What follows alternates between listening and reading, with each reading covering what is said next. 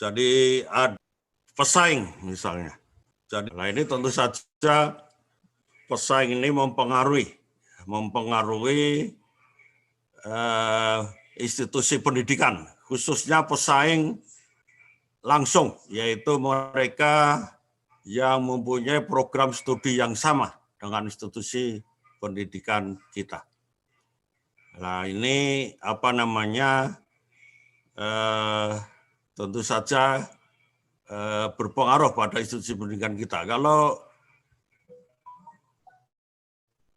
pesaing itu misalnya merekrut mahasiswa yang begitu banyak lah, tentu saja ini bisa mengurangi ya minat mahasiswa untuk mendaftar di institusi kita. Kemudian, tapi apa? Ini panahnya kan di gambar itu panahnya ada ke sana dan ke sini. Sana dan ke sini. Artinya apa? Artinya pesaing itu mempengaruhi kita, mempengaruhi kebijakan kita, tetapi kita juga bisa mempengaruhi pesaing. Jadi bagaimana menghadapi persaingan yang ada ini? Bisa jadi kita low frontal tapi malah kolaborasi, ya. Khususnya dengan sekolah tinggi atau universitas yang punya program studi yang sama itu lah, mereka tentu saja akan terbatas untuk menerima mahasiswa lah, kelebihannya lah kita bisa minta untuk bisa dimasukkan ke sekolah kita. Banyak ini saya lakukan untuk itu. Kemudian juga itu ada di sini supply itu apa? Ini pemasok berbagai macam kebutuhan pendidikan yang kita perlukan. Ini pemasok, ya.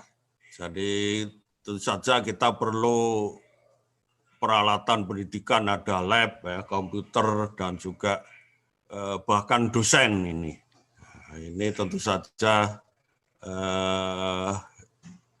ya kalau kita kesulitan ya memperoleh dosen yang memadai sesuai dengan kualifikasi yang ada, ya, yang ramah, militan dan kreatif ini, yang sesuai dengan moto STPI inilah.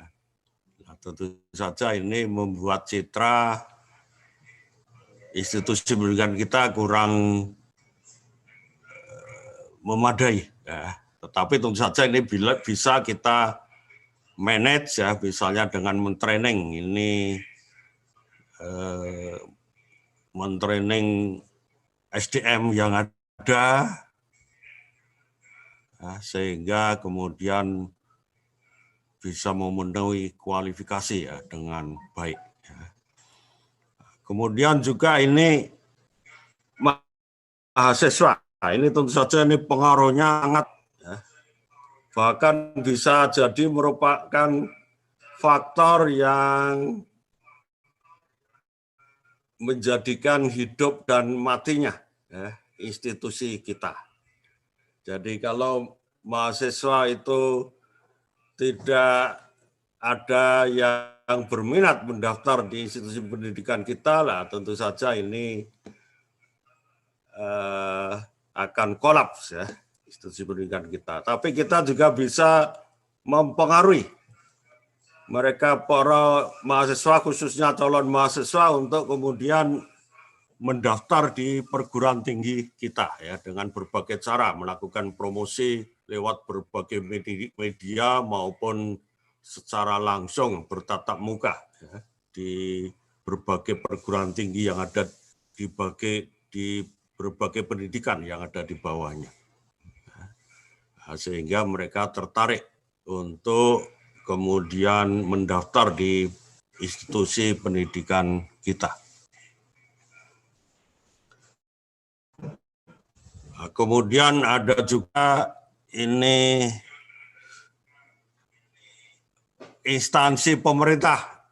Nah ini instansi pemerintah itu pelaksana dari undang-undang, ya, dan kemudian pemerintah daerah itu ada sekarang presiden dan lain berubah-ubah terus ya di dunia pendidikan. Saya tahun 2012 dari SBY yang namanya KKNI.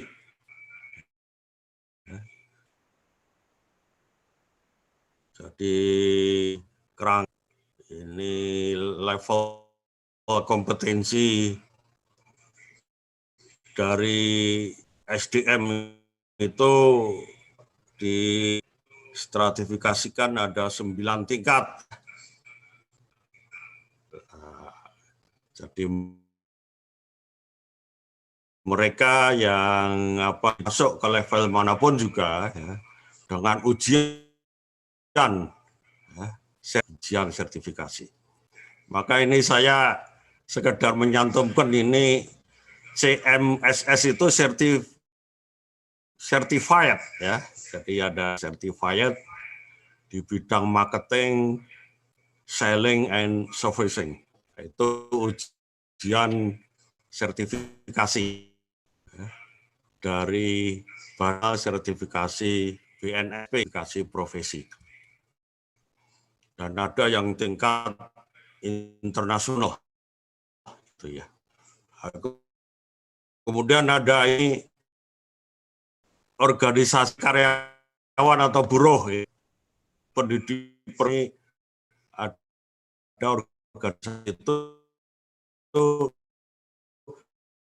menurut undang-undang bisa ditolak ya, tidak bisa ditolak.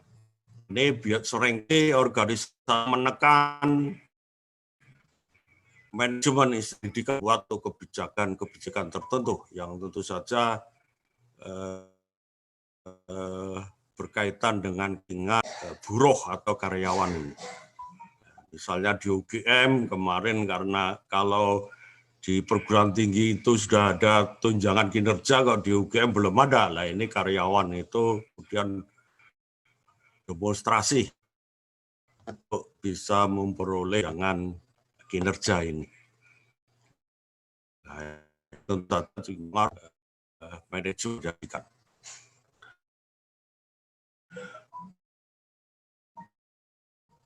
Demikian masukan karena sekarang ini kita tidak mau selalu hubungan dengan lembaga keuangan. Kalau mahasiswa membayar SPP lewat lembaga keuangan misalnya ke sana, jadi kita bisa menjalin hubungan baik dengan lembaga. Kalau kita maukan dana, kita bisa ya meminta untuk membantu kita. Nah, ini barangkali beberapa faktor, ini contoh faktor, tapi kita juga bisa mengendalikan ya, di lingkup mikro ini lembaga keuangan ini kita ya saya pernah jadi ketua program. Nah, itu kalau dia membantu program kita memberikan sponsor ya kegiatan kita, maka rekening saya pindahkan ke sehingga kemudian mereka bersedia kan bantuan tersebut. Kemudian lingkungan makro ini. Nah, ini saya kira bisa sendiri. Ini lingkungan ekologis ini kenapa ini terjadi pandemi COVID-19 ini karena lingkungan hidup hewan ini terganggu. Ya, habitat hewan terganggu. Sebetulnya juga manusia. Ini anak ini ada buku yang menarik ini, menjaga, memelihara lingkup melalui meja makan kita. Ini kata pengantarnya itu Menteri Lingkungan Hidup. Ini kita itu termasuk, ya, Indonesia itu termasuk orang-orang membukan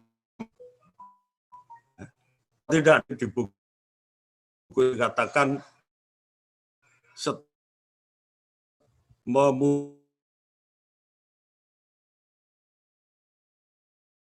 itu akan itu.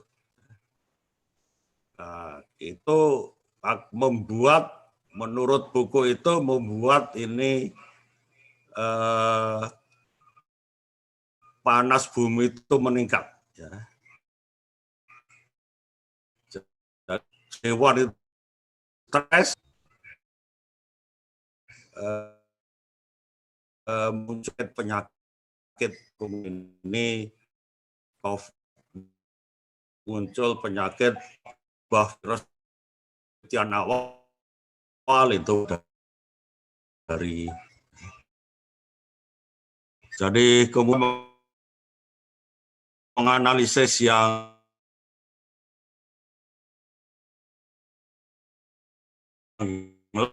lain dengan manajemen in the first century, ya.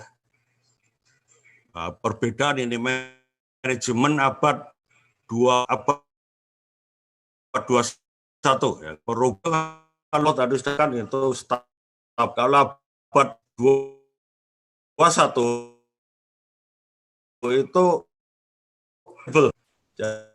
jadi ini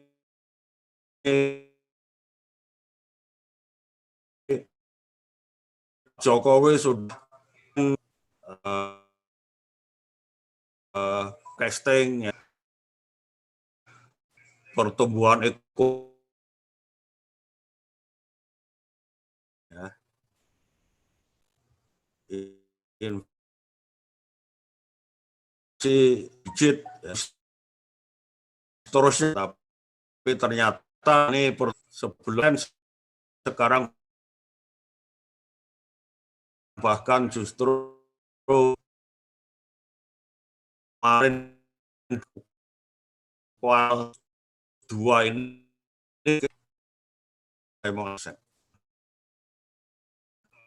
jadi ini kalau apa namanya meningkat terus ini tapi ternyata meningkat hanya pelan kemudian langsung jatuh. Nah, dulu itu skala dari besar kecil kalau dari kecil. Jadi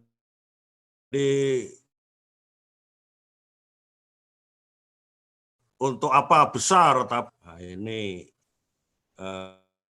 seperti itu. Nah, kemudian kepemimpinan itu abad 20 dari atas, ya, dari atas ke bawah, namanya waskat. Waskat. Nah, saya dulu tidak, maka saya mempunyai wawasan ke bawah, wawasan ini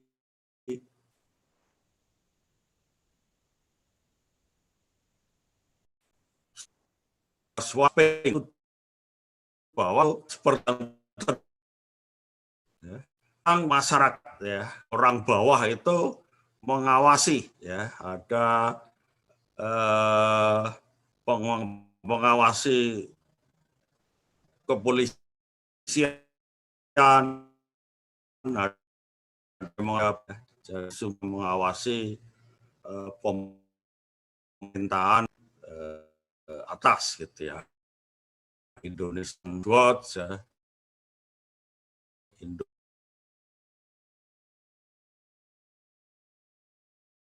Corruption Watch dan fleksibel,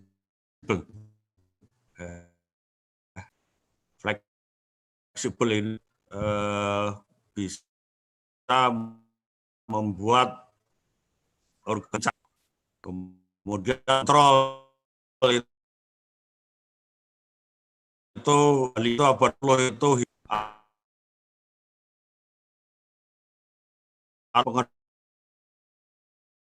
pengendalian itu fisik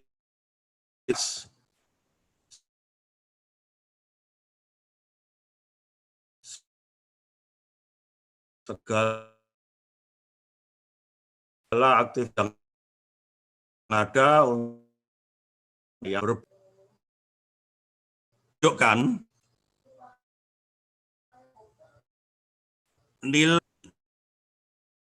nilai itu institusi itu di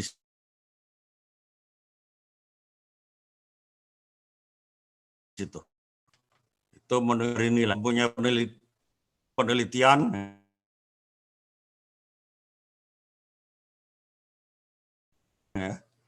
ya hasil kalau nilai dia sama, nilai kejujuran, tidak korupsi dan seterusnya. Ini saya kira STPI punya nilai-nilai militan, kreatif dan sebagainya, itu bagus sekali. Informasi abad 20 dijaga, ini abad 21 ini disebarkan. Jadi sekarang zamannya transparansi sehingga informasi itu disebarkan. Kalau dulu saya mau skripsi itu di perusahaan, saya ekonomi jurusan perusahaan itu mau minta data tentang gaji karyawan, wah itu rahasia perusahaan. Minta data tentang bahan pembuatan produk, rahasia perusahaan. Nah, semuanya rahasia perusahaan, sehingga ya kita nggak dapat data apa-apa. Sekarang itu disebarkan. Bahan-bahan untuk pembuatan produk juga bisa diperoleh datanya dan seterusnya. Akan tetapi yang masih perlu jaga mungkin yang betul-betul rahasia atau sangat rahasia, yang betul-betul secret maupun top secret. Nah ini yang dijaga. Analisis ini kalau dulu abad 20 itu menggunakan kuantitatif, sekarang terbukti analisis kuantitatif itu ternyata tidak valid ya. Ternyata tidak mampu memprediksi kondisi situasi masa yang ada.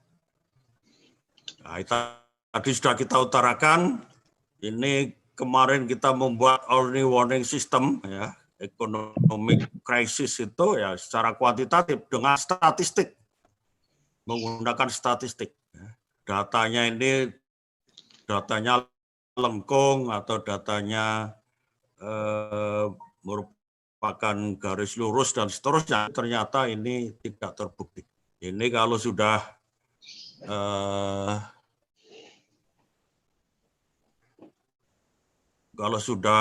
tumbuh terus, kemudian akan tumbuh dan seterusnya, lah ternyata discontinue, ya, ternyata tidak terjadi.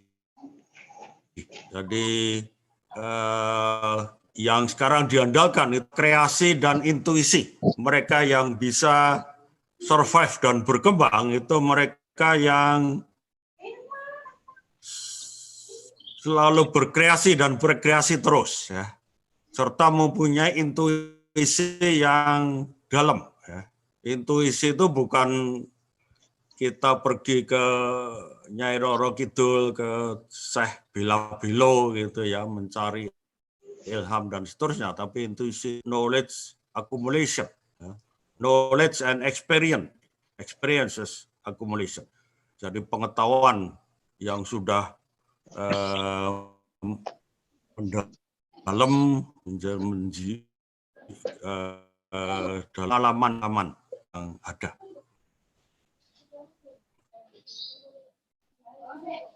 Demikian babnya, barangkali bisa kita lanjutkan ini dengan dialog, dan ini sebetulnya bisa kita buat ya, bagaimana menghadapi faktor ekonomi, politik, ya, dialog, ya, tapi yang jelas itu mempengaruhi kita bisa survive, adaptasi terhadap lingkungan. Tetapi tidak hanya beradaptasi, tetapi beradaptasi secara aktif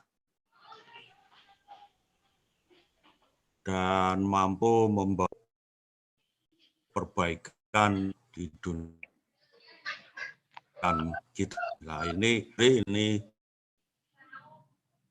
perbedaan manajemen yang ada, kebutuhan itu dulu bisa diperhitungkan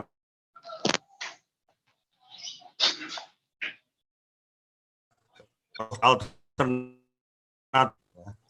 Jadi kalau dulu mungkin pikir kalau tidak A tidak, pokoknya harus itu. Ya. Kalau sekarang ya kalau tidak A, terpaksanya ya harus B seterusnya. Kalau tidak bisa yang the best, lah kita ya lakukan second best, yang third best dan seterusnya. Ya. Jadi harus pakai skenario planning.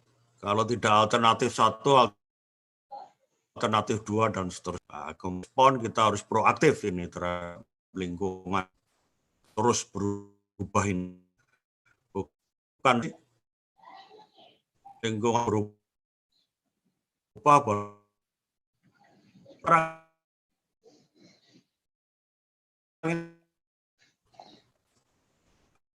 ada pandemi, kita harus dan seterusnya. Tadi kita link table.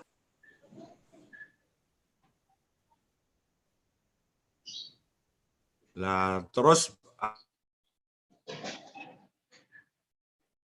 apa perlu tenaga sama pengendali bersumber daya yang ada untuk mencapai tujuan. Nah, apa perlunya? Ya, jawabannya sudah dapat dipastikan ya ditambah. Tapi setiap waktu terus direvisi. Ya. Coba aja kita lihat RAPBN kita kan direvisi terus itu. Ya. Harga minyak naik revisi, tapi kalau turun kok tidak direvisi. Dan mengirankan juga, mestinya juga harus direvisi. Kalau tuh pendapatan sementara harga minyak kita tidak diturunkan, akan jadi tinggi sekali ini. Jadi Pertamina ini dapat keuntungan yang luar biasa. Ganti dulu. Itu untuk besok kalau demikian. Iya enggak, tapi ganti. Ya, kita lanjut dialog. Terima kasih. Ganti dulu. Wassalamualaikum warahmatullahi wabarakatuh. Waalaikumsalam warahmatullahi wabarakatuh.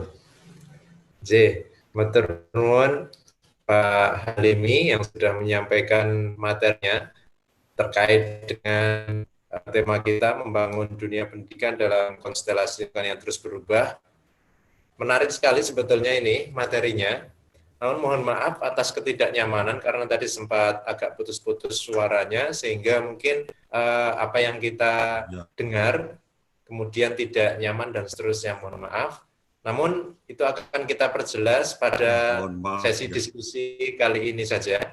Ya, temanya menarik dan materinya juga alhamdulillah tadi baca. Kita akan coba masuk ke sesi diskusi. Yang hendak bertanya bisa mengangkat tangan begitu seperti biasanya ya. Diawali dari siapa yang hendak bertanya, nanti ditunjuk, kemudian yang ditunjuk langsung bisa menyampaikan pertanyaannya dengan di-unmute. Monggo yang hendak menyampaikan pertanyaan. Silakan. Onje, Pak Adi, nggih? Oke, siap. Monggo langsung mohon Pak Adi. Oke, Pak Ternon, Pak Safi. Assalamualaikum warahmatullahi wabarakatuh. Warahmatullahi wabarakatuh. Eh, saya termasuk yang kurang bisa Waalaikumsalam. mendengar suara Pak Halimi dengan jelas tadi memang. Saya pikir sinyal di tempat saya ini. Ternyata Pak Safi juga ya. Nggih. Pak Halimi, menarik kalau kita mencermati kondisi global yang saat ini seperti tidak memiliki kepastian ya. Nah, wong Jawa mbiyen iki ana unen-unen esok dele sore tempe itu seolah-olah dunia global kita seperti itu dan ini mempengaruhi banyak kebijakan pada sektor politik, ekonomi dan pasti juga pada sektor pendidikan. Nah, bagaimana kita sebagai pengelola lembaga pendidikan ini kemudian mencoba membangun strategi agar perubahan-perubahan yang harus disikapi secara proaktif dan adaptif itu tidak sampai kemudian menggeser sesuatu yang menjadi prinsip dan visi kita. Nah, bagaimana sikap dunia pendidikan di era informasi teknologi yang sangat cepat ini untuk membangun sebuah keseimbangan, balancing antara visi lembaga dengan perubahan yang harus disikapi secara proaktif dan adaptif tadi. Mungkin itu pertanyaan dari saya, mohon pencerahan dari Pak Halimi. Matur nuwun. Terima kasih Pak Adi yang sudah memberikan pertanyaan. Langsung ditanggapi, napa pripun Pak Halimi? Napa kita kumpulkan lagi? Iya. Monggo atau ini dulu. Ini dulu nggih. Iya, matur nuwun, ini Pak Adi. Jadi saya kira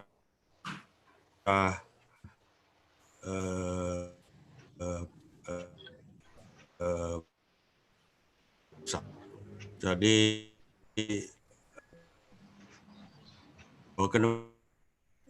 kalau itu di dunia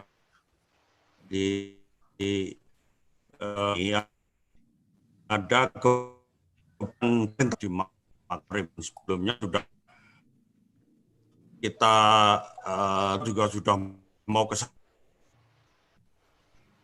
sana. Wah, itu sudah mulanya dihilangkan ya. Itu dengan mata pelajaran yang lain. Kemudian mata pelajaran kebatinan itu bisa mengganti mata pelajaran agama ya, di sekolah-sekolah itu. Dan di Yogyakarta itu sudah mereka yang penganut itu sudah mendatangi kelas pendidikan, sudah punya yang lengkap berkenaan dengan kebatinan itu. Kemudian ini kepala dinasnya ini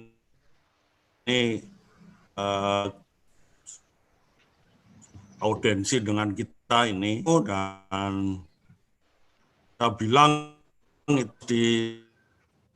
itu ya Pak, dia itu siapa lembaga agaknya itu izin dan seterusnya atau tidak berbalik urus dan seterusnya itu hanya memang kita dengan canggih dan itu sebenarnya sudah saya kepada Pak Muhadjir ya, Kang Muhadjir Effendi itu menurut ya, sekarang jadi Menko ketika di Dikdas dia itu sudah saya utarakan ya. Polisi yang seperti itu dan jawabannya dengan enteng Pak Muhadjir Effendi itu mengatakan nah ini justru menjadi tantangan Muhammadiyah lebih gitu. Nah, terus gimana ini? peran dari Mendikbud ini, apalagi sekarang menjadi Menko. Tapi ini kita harus selalu cerdas. Saya aktif di satu organisasi pelajar dan mahasiswa, kita ya demo ini pergub ya. Dan seterusnya, dan itu ternyata berhasil gitu ya. Jadi kalau dulu aliran kebatinan itu mau masuk menggantikan agama, kemudian kita minta pada MUI, kita audensi, dan kemudian ada kesepakatan, kemudian MUI agar ahli batin itu Sinyalnya Mbak Halimi masuk ke Indo agama. Nah, itu seperti itu. Demikian.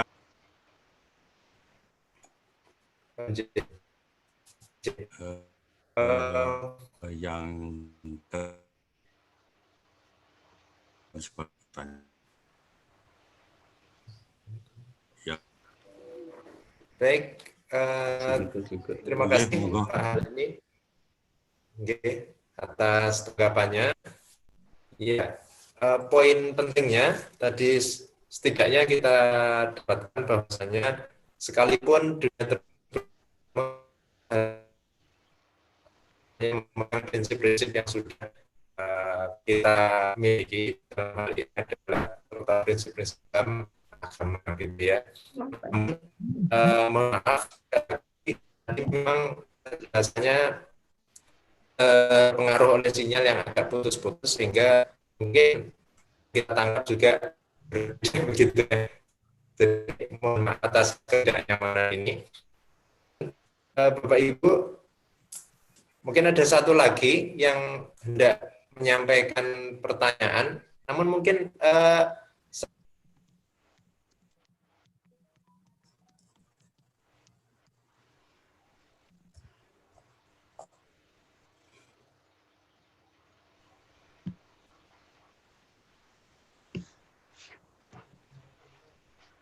Nah, ini suara Pak Syafi'i juga sama susah didengar tadi.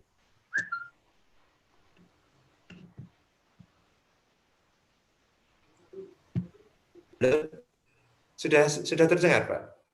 Ya, hilang. Barusan masuk ini. Tampaknya memang sinyal pagi ini agak bermasalah ini.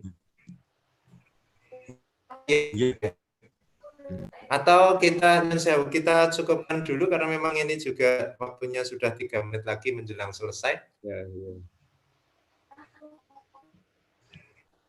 ya. Monggo. Materi dari Pak Halimi tadi sebenarnya menarik, itu mohon Mbak Nia nanti bisa di-share di grup ya. Tadi Pak Habib juga sudah menanyakan. Oke, baik Bapak Ibu.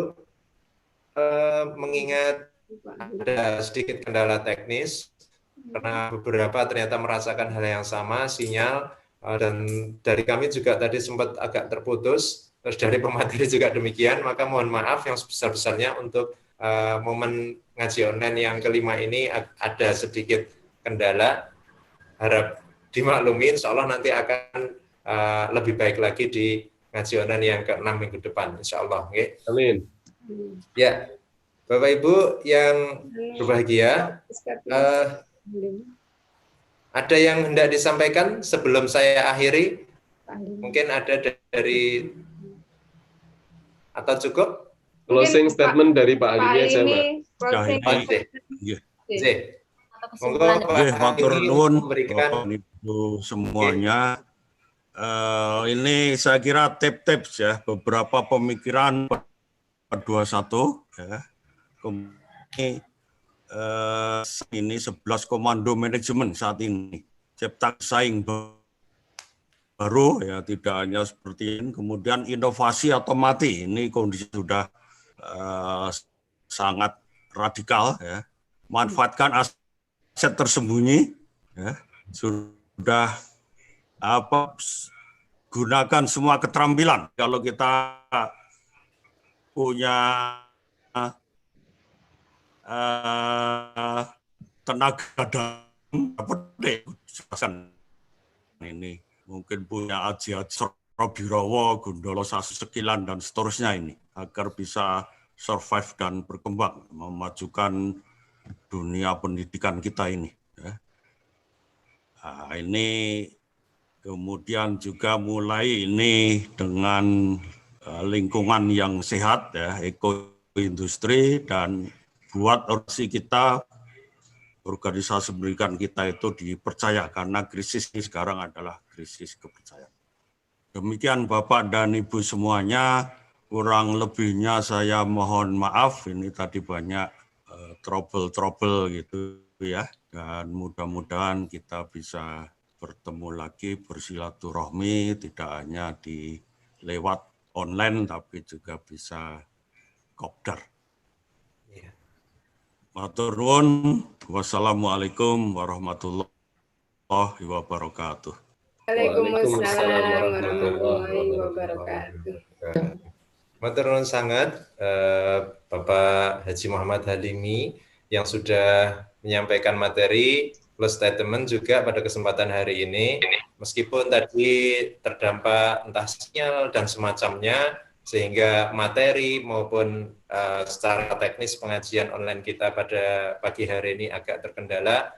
Namun tentu yang utama juga adalah jalinan silaturahmi kita di pagi hari ini tetap selalu nyambung, meskipun sinyalnya tidak terlalu stabil, tapi mudah-mudahan hati kita tetap nyambung stabil begitu ya. Amin, amin. Baik Bapak Ibu, yang dirahmati Allah, kita sudah ada di puncak acara.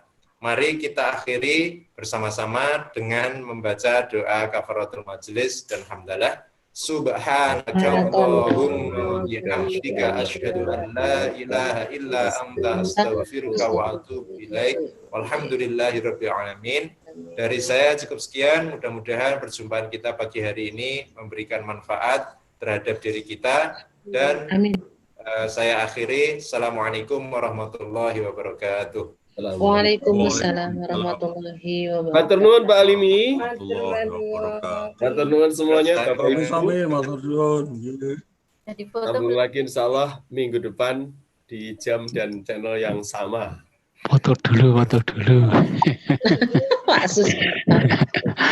Pak Sus ya, Pak Sus. Foto dulu. Oh iya. Tapi